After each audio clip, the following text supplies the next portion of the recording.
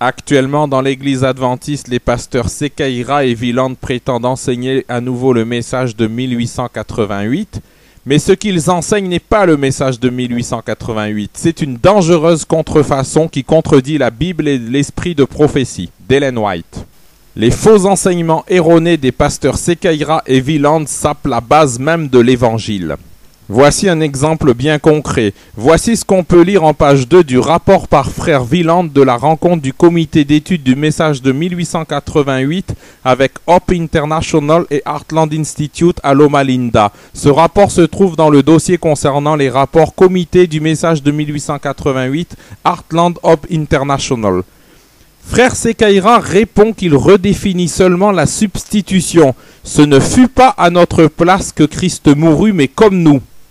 L'esprit de prophétie d'Ellen White contredit catégoriquement cette déclaration mensongère. Adam et Ève apprirent qu'émus de pitié devant leur profonde tristesse, le Fils de Dieu qui avait conversé avec eux dans le jardin d'Éden s'était offert pour assumer lui-même le châtiment qui devait leur être infligé. Ainsi il mourrait afin que l'homme puisse vivre si ce dernier avait foi en l'expiation. L'histoire de la rédemption, pages 43 et 44. Ce faux enseignement de Secaïra et Wieland est vraiment une fausseté qui démolit la foi chrétienne. En effet, si Christ n'était pas mort à notre place, comment pourrait-on être sauvé? Un faux message qui sape la base même de la foi chrétienne, c'est-à-dire « ce ne fut pas à notre place que Christ mourut », un tel message, bien sûr, ne peut pas être la lumière que Dieu donna en 1888. On le voit, Secaïra et Wieland annoncent vraiment un autre évangile que celui qui nous a été prêché par la Bible et l'esprit de prophétie d'Ellen White. Le passage biblique de Galates chapitre 1 versets 7 à 9 doit donc s'appliquer à eux. Nous lisons: non pas qu'il y ait un autre évangile, mais il y a des gens qui vous troublent et qui veulent altérer l'évangile de Christ. Mais si nous-mêmes, si un ange du ciel annonçait un évangile s'écartant de celui que nous vous avons prêché, qu'il soit anathème. Nous l'avons dit précédemment et je le répète à cette heure, si quelqu'un vous annonce un évangile s'écartant de celui que vous avez reçu, qu'il soit anathème. Amen. Comparez bien ce que Secaïra et Wieland enseignent avec la Bible. Secaïra et Wieland disent « Ce ne fut pas à notre place que Christ mourut », mais il est écrit dans 1 Jean chapitre 3 au verset 16 « Nous avons connu l'amour en ce qu'il a donné sa vie pour nous. Amen. » On le voit, le message de Secaïra et Wieland est anti-biblique. Sous le prétexte d'être la précieuse lumière du message de 1888, leur message nuisible attaque la base même de l'évangile. Prenez donc garde! Et les pasteurs Secaïra et Wieland enseignent encore beaucoup d'autres faussetés. Par exemple, ils enseignent qu'il est facile d'être sauvé et difficile d'être perdu. Mais il est écrit dans 1 Pierre chapitre 4 au verset 18 « Et si le juste se sauve avec peine, que deviendront l'impie et le pécheur ?» L'esprit de prophétie d'Ellen White dit qu'il est difficile d'être sauvé. Testimonies, volume 3, page 193. Secaïra et Wieland disent qu'il est facile d'être sauvé. La Bible dit « Le juste se sauve avec peine » et Ellen White dit qu'il est difficile d'être sauvé. Voici donc encore une preuve que l'enseignement de Secaïra et de Wieland est mensonger. Il contredit de manière flagrante la Bible et l'esprit de prophétie d'Ellen White. Il est intéressant de voir comment le comité d'études du message de 1888, qui est en réalité le comité d'études du message de Secaïra, se contredit lui-même, tout en enseignant et défendant le sophisme de Secaïra, il est facile d'être sauvé et difficile d'être perdu. Il a lui-même écrit dans son dossier concernant les rapports comité du message de 1888 Heartland Hope International en page 8 de sa lettre. Sir White dit dans Testimonies volume 3 page 193 qu'il est difficile d'être sauvé. Jésus lui-même aussi a enseigné qu'il est difficile d'être sauvé. Il est écrit dans Matthieu chapitre 7 au verset 13 et 14 « Entrez par la porte étroite, car large est la porte, spacieux le chemin qui mène à la perdition, et il y en a beaucoup qui entrent par là, mais étroite est la porte, resserrez le chemin qui mène à la vie, et il y en a peu qui les trouvent. » Secaïra et Wieland sont donc des menteurs. La vérité, c'est qu'il est facile d'être perdu et difficile d'être sauvé. Selon ce qui est écrit dans Matthieu chapitre 22 au verset 14, il y a beaucoup d'appelés, mais peu d'élus. L'esprit de prophétie d'Ellen White enseigne clairement que le salut est difficile et que peu seront sauvés. Nous lisons dans Événements des derniers jours au numéro 613 « C'est un événement solennel que j'adresse à l'Église. Il n'y a pas une personne sur 20 dont les noms sont inscrits sur les registres de l'Église qui soit prête à conclure son histoire terrestre. Presque toutes se trouvent aussi complètement coupées de Dieu et sans espoir dans le monde que les pécheurs les plus communs. » Et dans Review and Herald du 3 septembre 1889, nous lisons « Il n'en est pas un sur 100 qui ait au sujet de la justification par la foi une compréhension pour lui-même telle que l'exige notre prospérité présente et éternelle. Pas un sur 20, pas un sur 100. Ce n'est pas aussi facile d'être sauvé comme certains le croient. Ce n'est pas aussi difficile que de se perdre comme certains l'enseignent faussement. » On le voit, le message de Sequeira et Wieland est vraiment faux. Encore un autre exemple de fausseté. Le comité d'études du message de 1888 a écrit, dans une simple et brève réponse du cœur, « Toute l'humanité passée, présente et future a été justifiée au calvaire. » Sequeira lui a écrit, « Ainsi la justification, la sanctification ont déjà été accomplies en Christ pour toute l'humanité » dans son livre Sauveur du monde, page 11. Mais l'esprit de prophétie d'Ellen White dit « Dieu exige le don inconditionné du cœur avant que la justification soit possible. » Message choisi, volume 1, page 429. L'octroi de la justification est soumis à des conditions. Message choisi, volume 1, page 442. On le voit là encore, l'enseignement de Sequeira contredit catégoriquement l'esprit de prophétie d'Ellen White. Et comme l'esprit de prophétie a été inspiré par Dieu, fatalement donc, Sequeira est un menteur et son enseignement est faux. Encore un exemple, Sequeira dit que chuter sous la grâce, tomber dans le péché ne nous prive pas de la justification et ne nous place pas sous la condamnation. Dans Beyond Belief, page 166, et dans Beyond Belief, page 104, il dit « C'est une monstrueuse erreur que de croire que chaque fois que nous chutons ou péchons, nous perdons notre justification. » Mais là encore, l'esprit de prophétie contredit catégoriquement les deux affirmations de Sequeira. Quand l'homme transgresse, il est sous la condamnation de la loi et elle devient pour lui un objet de servitude. Quelle que soit sa profession, il n'est pas justifié. My Life Today, page 250. Pour que l'homme puisse retenir sa justification, il faut une obéissance constante. Message choisi, volume 1, page 429. On le voit, Sequeira enseigne vraiment un autre évangile que celui qui nous a été prêché dans la parole inspirée du Seigneur, c'est-à-dire dans la Bible et l'esprit de prophétie d'Ellen White. Alors méditez sur ce qui est écrit dans 2 Jean, versets 8 à 11. Prenez garde à vous-même afin que vous ne perdiez pas le fruit de votre travail, mais que vous receviez une pleine récompense. Quiconque va plus loin et ne demeure pas dans la doctrine de Christ n'a point Dieu. Celui qui demeure dans cette doctrine a le Père et le Fils. Si quelqu'un vient à vous et n'apporte pas cette doctrine, ne le recevez pas dans votre maison, et ne lui dites pas salut, car celui qui lui dit salut participe à ses mauvaises œuvres. Alors fuyez et ne saluez pas ces faux pasteurs Sequeira et Wieland, car ce n'est pas la vivante doctrine de Christ qu'ils vous apportent, c'est la mort, si vous adhérez à leur doctrine qui contredisent la Bible et l'esprit de prophétie d'Ellen White. Ne leur faites pas confiance, selon ce qui est écrit dans Jérémie chapitre 17 versets 5 et 6. Ne leur faites pas confiance, car ce sont de dangereux séducteurs. Par exemple, Wieland a avoué effrontément en se contredisant avoir falsifié le livre de Wagoner qui s'appelle La Bonne Nouvelle dans l'Épître aux Galates. Ces aveux sont révélateurs de sa fausseté. Analysons donc ensemble l'avant-propos du livre La Bonne Nouvelle de l'Épître aux Galates, prétendument de Wagoner, en réalité une compilation trafiquée de Wieland. Le docteur Wagoner employait souvent la vieille version révisée anglaise, et beaucoup de lecteurs modernes ne pouvaient avoir accès à cette version. Je l'ai donc remplacée par la version standard révisée. Aussi la syntaxe du docteur Wagoner est-elle parfois difficile. Bien que son style d'écrivain fût exceptionnellement clair et concis pour un écrivain du 19e siècle, j'ai essayé de le présenter avec un style littéraire plus moderne. Première contradiction déjà, comment sa syntaxe peut-elle être difficile alors que son style d'écrivain est exceptionnellement clair? Mais continuons. Certains pléonasmes ont été éliminés sans influencer les pensées ou la force de l'original. Alors là, Wieland se démasque. Il arrive à se contredire dans une seule phrase. Si Wagoner a écrit des pléonasmes, c'est-à-dire des répétitions, c'est qu'il voulait insister sur certains sujets. Alors si Wieland les supprime, c'est fatalement qu'il influence la force de l'original, qu'il enlève. Donc on le voit, Wieland écrit vraiment n'importe quoi. Mais continuons. Certains autres passages non essentiels aux enseignements de base de la justice par la foi ont été supprimés, comme n'ayant pas de rapport avec le temps présent.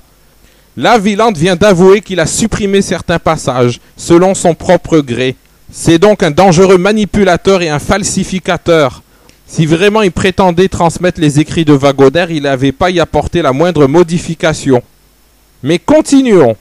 Tous les soins ont été apportés pour conserver le message original de Wagoner sur la justice par la foi, exactement comme il l'a enseigné. Mais quelle audace il a, ce Wieland, pour oser dire qu'il a conservé le message original de Wagoner exactement comme il a enseigné, alors que dans la phrase précédente, il avoue qu'il a supprimé certains passages. À travers cet avant-propos, Wieland avoue vraiment qu'il est un escroc et que son message est faux. Il prétend enseigner le message de Wagoner exactement comme Wagoner l'a enseigné, mais il a supprimé certains passages, il a supprimé certaines répétitions. Prenez garde à lui, c'est un manipulateur et un séducteur. Le passage d'Apocalypse, chapitre 22, verset 19, s'applique à lui. Wieland est indigne de confiance. Son ami Secaïra est indigne de confiance lui aussi, en effet. Voici ce qu'on peut lire à son sujet dans le dossier concernant les rapports comité du message de 1888 Heartland Hope International, à la page 3 du rapport intitulé Rencontre du comité d'études du message de 88 avec Hope International et Heartland Institute à Loma Linda. On lit ceci. On accuse Secaïra de s'appuyer sur des théologiens non adventistes. Secaïra cite certains théologiens non adventistes d'une façon illustratrice. En particulier Torrance et Cranfield, qui comprennent la question de la nature humaine du Christ comme Jones et Wagoner. Il est rassurant de constater que beaucoup d'érudits évangéliques comprennent la nature du Christ comme Jones et Wagoner. Voici encore une preuve que Secaïra, Wieland et tous les autres prêchent une contrefaçon du message de 1888. Si Secaïra arrive à citer des théologiens non adventistes pour illustrer le message de 88 soi-disant, cela prouve bien que ce qu'il prêche n'est pas le message de 88 mais une contrefaçon de ce message. Puisque le message de 1888 était un message unique dont les concepts étaient ignorés et avaient été soit perdus de vue, soit jamais révélés auparavant, et que le Seigneur n'a même pas révélé directement ces concepts à tous les pasteurs et pionniers adventistes, mais seulement à Jones et Wagoner, comment maintenant des théologiens protestants évangéliques, transgresseurs du sabbat, mangeant du porc, auraient connaissance des concepts uniques du message de Jones et Wagoner? Le fait que le comité d'études du message de 1888 ait pu écrire un tel rapport aussi manifestement erroné montre bien que ce que Secaïra et Wieland prêchent n'est sûrement pas le message de 1888.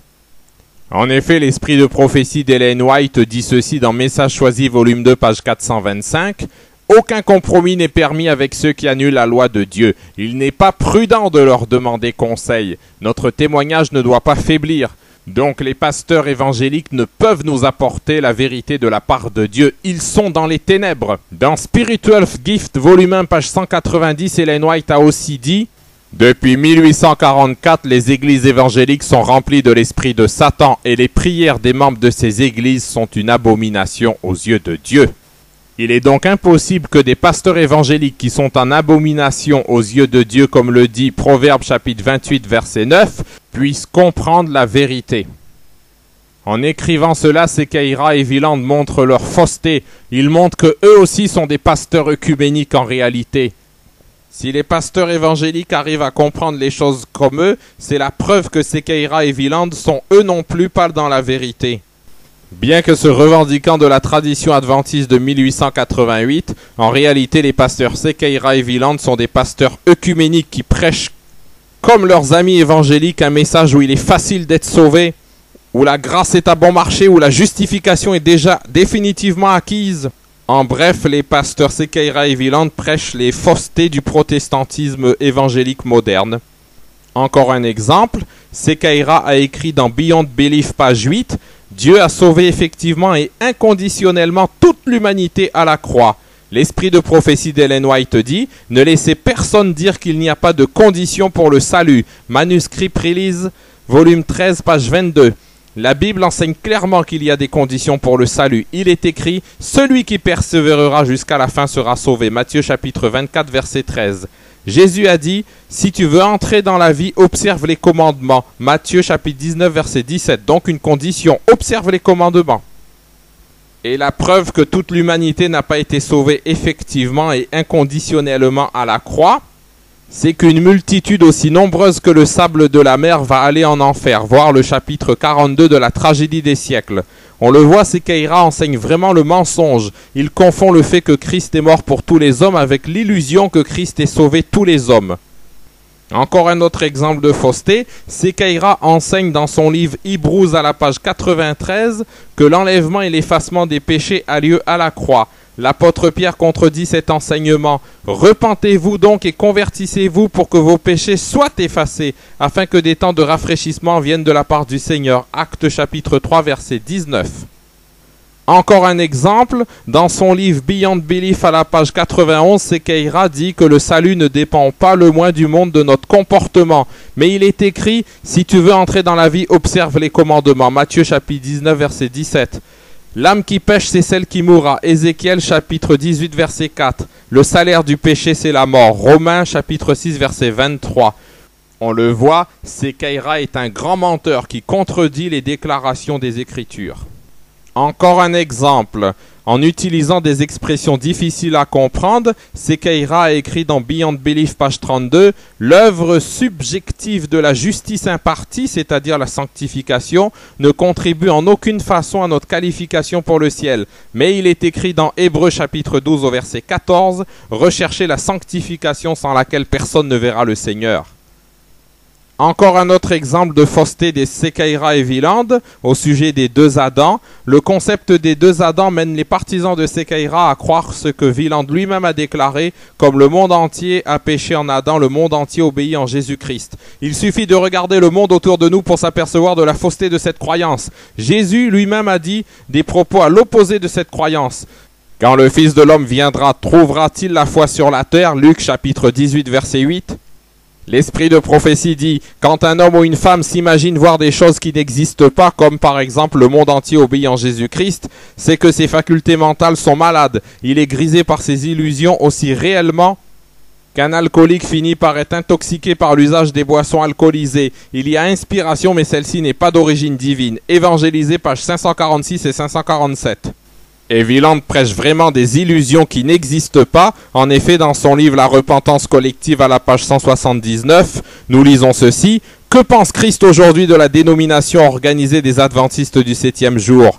Ainsi, la démonstration remarquable de ces 2000 ans d'histoire est le spectacle public d'une église mondiale qui est aussi totalement loyale à Christ qu'une épouse fidèle et aimante l'est à son époux. C'est entièrement faux, c'est en contradiction totale avec le message à Laodicée que nous pouvons lire dans Apocalypse chapitre 3 versets 14 à 22. L'esprit de prophétie d'Ellen White contredit aussi catégoriquement Wieland. En effet, nous lisons dans Événements des derniers jours au numéro 144, « L'Église est dans l'état de Laodicée, la présence de Dieu n'est pas au milieu d'elle. » Donc on le voit, Wieland lui aussi est un grand menteur.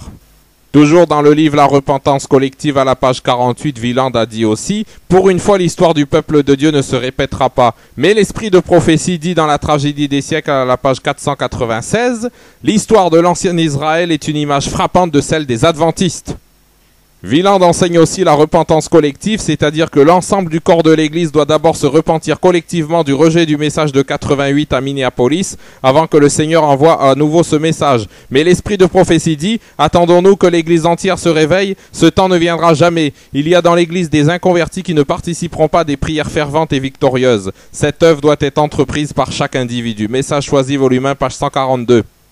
Donc on le voit vraiment, le message de Secaïra et de Wieland est faux. Il contredit sans arrêt la Bible et l'esprit de prophétie d'Ellen White.